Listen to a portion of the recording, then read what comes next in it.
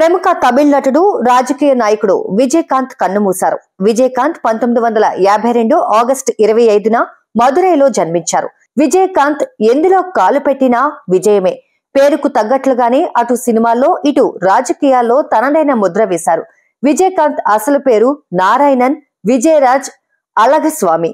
సినిమాల్లోకి వచ్చాక విజయకాంత్ గా పేరు మార్చుకొని స్టార్ హీరోగా ఎదిగారు. విజయకాంత్ సక్సెస్ఫుల్ స్టార్ హీరో మాత్రమే కాదు, నిర్మాత, దర్శకుడు. 1979లో ఇనుక్కుం ఇళమై ద్వారా సినిమాల్లోకి ఎంట్రీ ఇచ్చారు. మొదటి చిత్రంలో విలన్ గా నటించారు. ఆ తర్వాత చంద్రశేఖర్ దర్శకత్వం వహించిన సత్తంవరు ఇరుత్తరాయ్తో తొలి సక్సెస్ ను సాధించారు. విజయకాంత్ తన 100వ చిత్రం నుంచి ఆయనను కెప్టెన్ గా పిలవడం మొదలు పెట్టారు. ఒకానొక సమయంలో ఒకే ఏడాది 18 సినిమాలను విడుదల చేసి తన పేరు మీద ఇండస్ట్రీలో సరికొత్త హిస్టరీ లిఖించుకున్నారు. ఈ రికార్డును తమిళనాట ఇంతవరకు ఒక్కరు కూడా బ్రేక్ చేయలేకపోయారు. 80వ దశకంలో విజయకాంత్ తన యాక్షన్ స్టార్ ఇమేజ్ తో సౌత్ లోనే పాపులర్ అయ్యారు.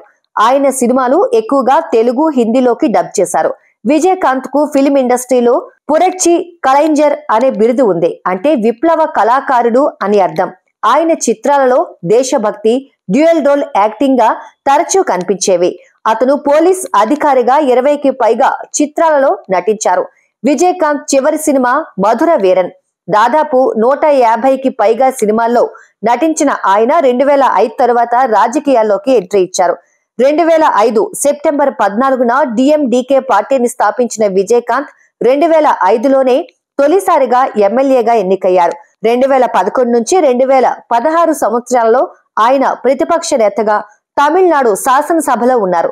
విజయకాంత్ ప్రేమలతను వివాహం చేసుకున్నారు. విజయకాంత్ కు విజయ ప్రభాకరన్, షణ్ముగ పాండ్యన్ అనే 2 కుమారులున్నారు. విజయకాంత్ మృతికి ప్రముఖులు సంతాపం తెలియజేశారు. నేడు తమిళనాడులోని థియేటర్స్ లో షోలు రద్దు చేశారు.